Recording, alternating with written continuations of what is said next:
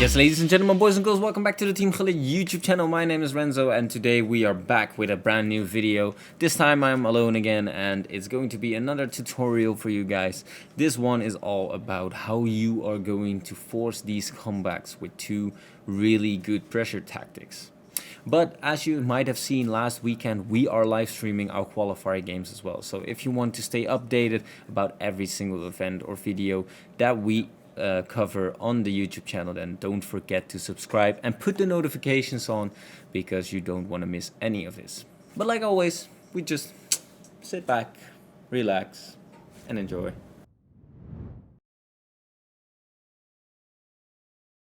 Okay, so starting off with the 4-3-2-1 tactic and formation, and this one is actually a formation that we've covered, and it's very strong this year. It's returned to FIFA 22 from like FIFA 14, FIFA 15. I think it's the last kind of FIFA that 4-3-2-1 was really good.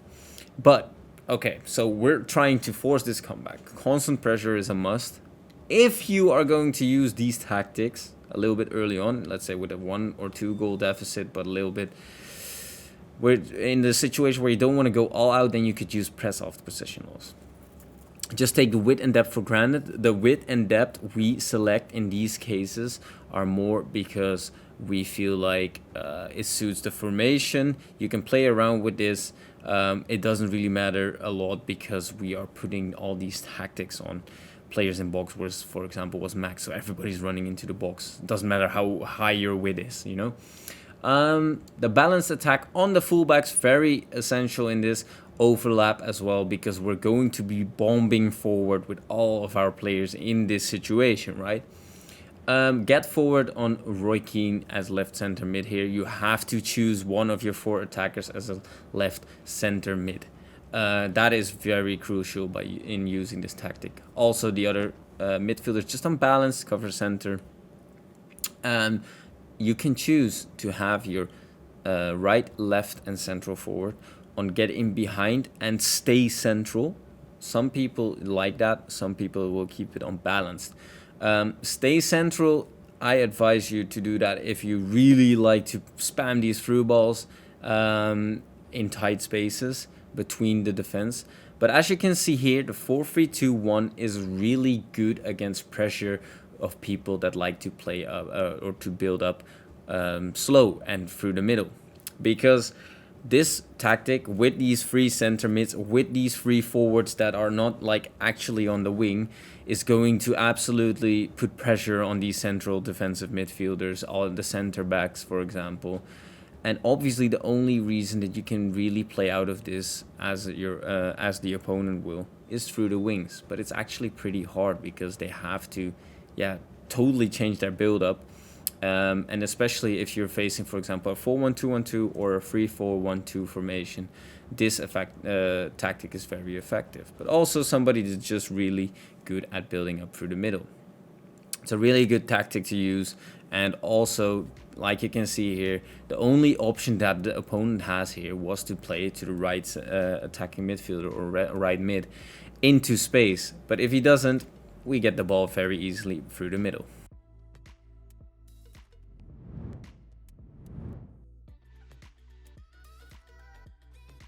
Okay, so let's say you're facing somebody that's playing a 4-2-3-1, a 4-3-3, or 4-4-2, just a wide formation, and he's playing a lot with his fullbacks. Like, this build-up is a lot through his fullbacks.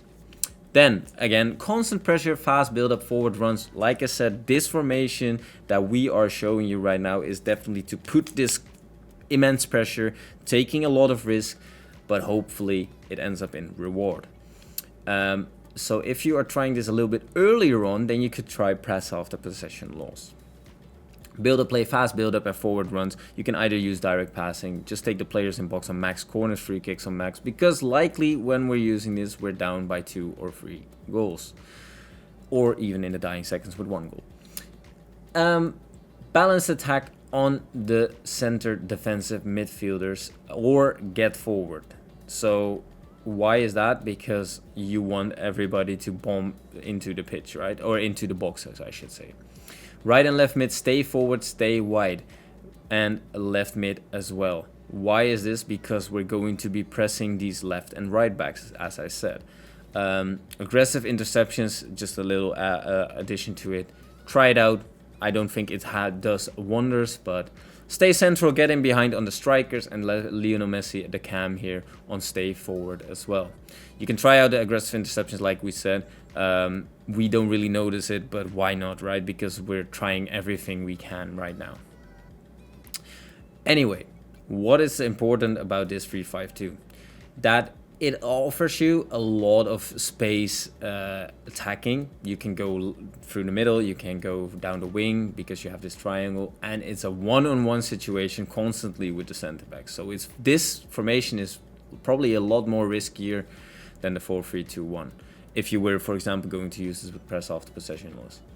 But if your opponent is somebody that really builds up through the wings and is pretty good going down the wing, you might struggle to pressure with a 4-3-2-1 against somebody that just knows how to build up through his fullbacks.